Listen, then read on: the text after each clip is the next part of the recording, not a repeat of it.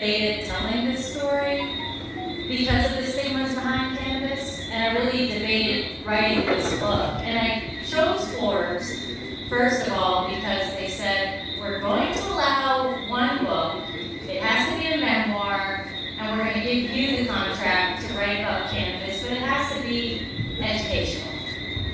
I said, okay, I'm going to do it. But I really hesitated to push the book because, quite honestly, I don't think, entertainment was really for me. I never sought out to be an author. I didn't really like public speaking. I don't want to do a podcast. I just signed a podcast deal. But, I always tell everyone, they say, why did you write the book? Why are you sharing your story? Well, first and foremost, God blessed us with this incredible story, and if you can share it with the world, it's almost a duty now to instill hope and courage in other families that may go through similar or less. I mean, this was an incredible tragedy. Our son had a stroke at birth.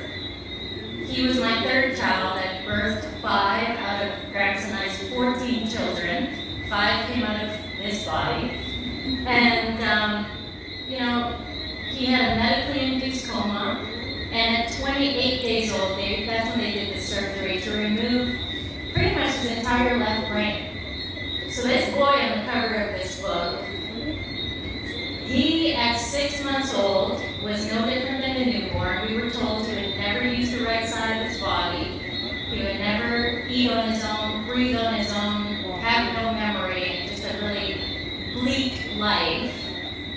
And I was telling the MCLA today, I said, I wasn't looking for cannabis. I wasn't Googling how to help my son. I was just reading research and looking for something safe that I could use to maybe drive some kind of development. He was under all this medication, and I had nothing to lose. The problem there is there was no cannabis available. And I was in a state, and still in a state, where cannabis is illegal.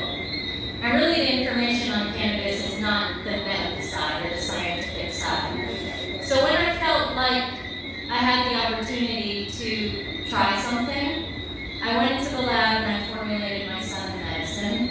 I went cold turkey off of all of his medications, and I immediately started seeing this little boy just come to life.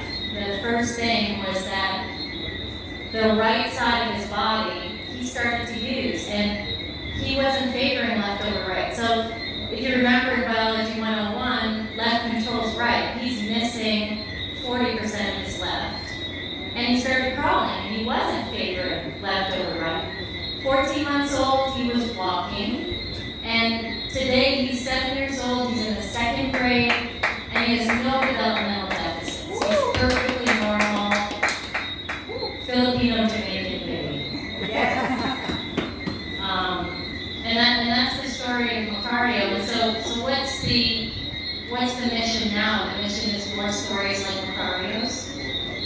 And is it cannabis that saved him? Yeah, cannabis was the tool that God provided. And if we can have more education and the ability to do more research, cannabis can save more lives. And there's other plants, and there's other ways, and there's other treatments that we can implement to save others that aren't so toxic. But we need the education. We need the opportunity to provide that education. We kind of have to take the business out of it and really put the people first. Because this plant has been here for thousands of years and has been here for us.